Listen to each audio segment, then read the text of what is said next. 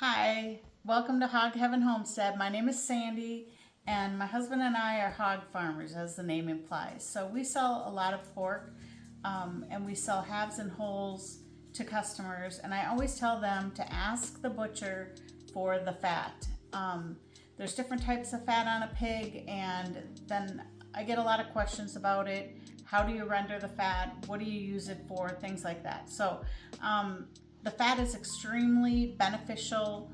It has a lot of health properties to it. It's loaded with vitamin D, and I mean, I could list off a ton of benefits to it, but I won't go into a ton of details. But it also, the vitamin D helps your body absorb calcium. Our brains need fat to function properly. It's high in monosaturated fats, which is beneficial for heart health. It contains choline, and which plays a role in liver function. A lot of good reasons to use this fat. It's better than a majority of the fats out there. It has a good smoke point of 370 degrees, and our pigs are pasture raised, so they're out there in the pasture. They're absorbing that sun. They're out there all the time. Your pasture-raised lard is more nutrient-rich than any animals that are raised in confinement.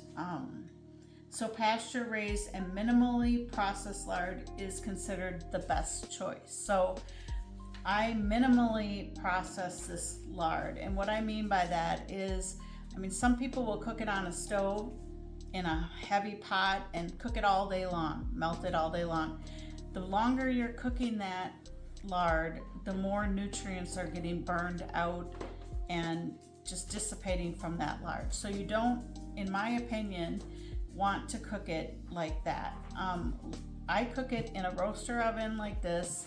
I cook it slow, and as soon as it's melted, I remove that melted fat and I strain it through. I've got a little system set up here though with cheesecloth, and I have like a netting, a net here. I don't know what kind of net this is. It's just like a bag, but you're gonna need a lot of cheesecloth because that's gonna get kind of plugged up, and you're gonna want to change it to a new cloth every so often. You're also gonna need a lot of quart jars, clean quart jars with obviously lids and rings. You're going to want a nice good ladle, and you're going to want one of these, I don't know what they're called. Turkey baster. What is it? Turkey baster. A turkey baster.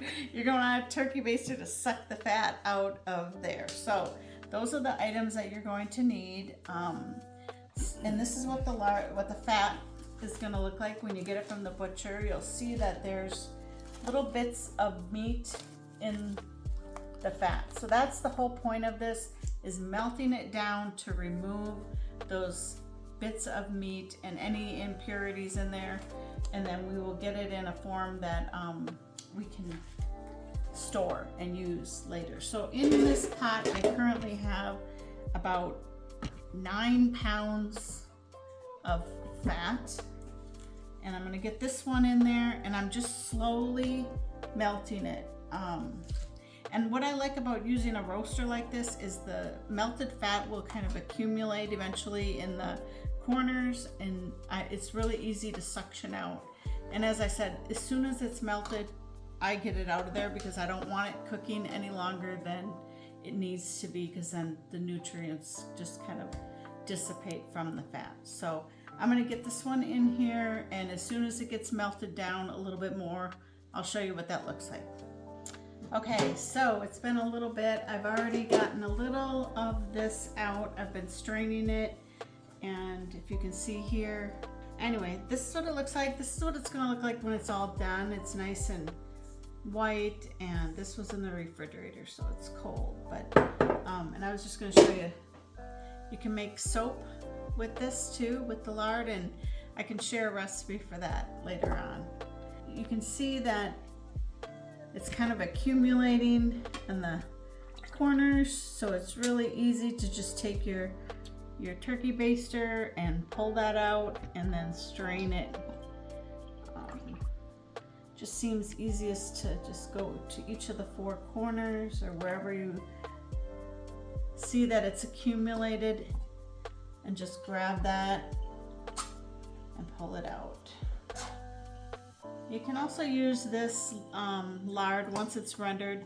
You use it for making pie crusts and pastries. You can use it for sauteing vegetables, for searing your pork chops and your steaks, whatever. Anything that you would use regular frying oil or any type of oil. You can make French fries in it, whatever. But the leaf lard, which I don't know if I explained the difference. So the leaf fat, I keep saying lard. It's considered fat until you render it, then it's lard. So forgive my mistakes of calling it the wrong thing throughout the video, but you know what I'm trying to say. Anyway, that is the purest. It's found by the kidneys and the organs of the pig, and so that has a lot less meat bits in it. It's not in the muscle or around the muscle of the meat. So that's why you really want to ask for that, and you want to ask your butcher to grind it up. It's easier to render it down if it's been ground up. So I am just going to continue to pull this out, and as soon as it accumulates, I'm going to just keep pulling fat out and straining it. And then eventually, sometimes this gets a little clogged up. I take a spoon and I'll remove any bits that are clogged up in there, and then just keep going until I fill up the jar. And then I'll quickly pop a lid on it and set it aside, and it'll typically seal on its own. So because of the hot fat, it'll seal. But I do store these in the refrigerator. But anyway, I'm gonna keep working on this now. Okay, I've got 2 quarts done here, and I'm working on my 3rd quart. I just wanted to mention a couple things. As you're doing this, you'll notice in the corners you might get some bits of fat that start to look brown and cooked. Remove those as you're going through, and along the sides, go ahead and remove those because it's cooked and it'll start affecting the taste of your lard. So you want to get that out. So just keep siphoning these out, and then also, and this is a long, kind of arduous process. It's not fast, but you'll want to mark on here in order as you complete them, because the first one that you get off is going to be the most pure because it's cooked the least. So this is like number 1, then I'll mark on here number 2, this will be number 3, etc. And you'll want to use your first jar, your purest jar of leaf lard for your pie crusts and baking and those sort of things. The farther along you go through this process, you'll use that more for your actual cooking and frying, etc. So yeah, and this is not the fastest way to do this. You can watch a lot of different videos online and on YouTube, and they'll have a faster, high heat way and melting it and putting it in pots. But I think, and this is just my opinion, that this way keeps it the most pure. So, and maintains the most nutrients in the lard. So this is the way I do it. But I've tried other ways, and this is my favorite way so far. Okay, so I'm on my 4th quart, and I'm almost done. Just a reminder as you're doing this to change the cheesecloth on your filter system. I've been doing it for each quart.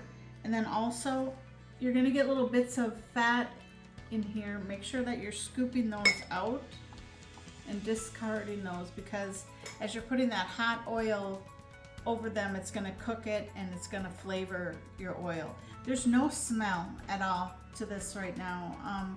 I've been scooping, I go along the edges and I remove any bits that look like they're kind of cooking at all or brown at all as I do this, and I'm only sucking out the melted fat out of the corners. But I'm gonna continue this process for a little bit. Now it's been about maybe 3 hours. I have it on what, 250 right now, I think is all I have it cooking on. 210. Oh, 210. So very low heat. I don't want to cook it is the deal. So I'm just going to continue to do this. As you can see, my first jar is already starting to set up. I think I'm going to quit after 4 quarts. I don't need more because I already have a freezer or a refrigerator full of it. But I wouldn't recommend going much longer than a few hours, because then it's going to start to cook and the little bits of meat in there cook, and that's going to flavor your lard. So, and you don't want that porky taste to it. We're trying to get it as pure as possible. But drop any questions you have in the comments. I really appreciate you watching.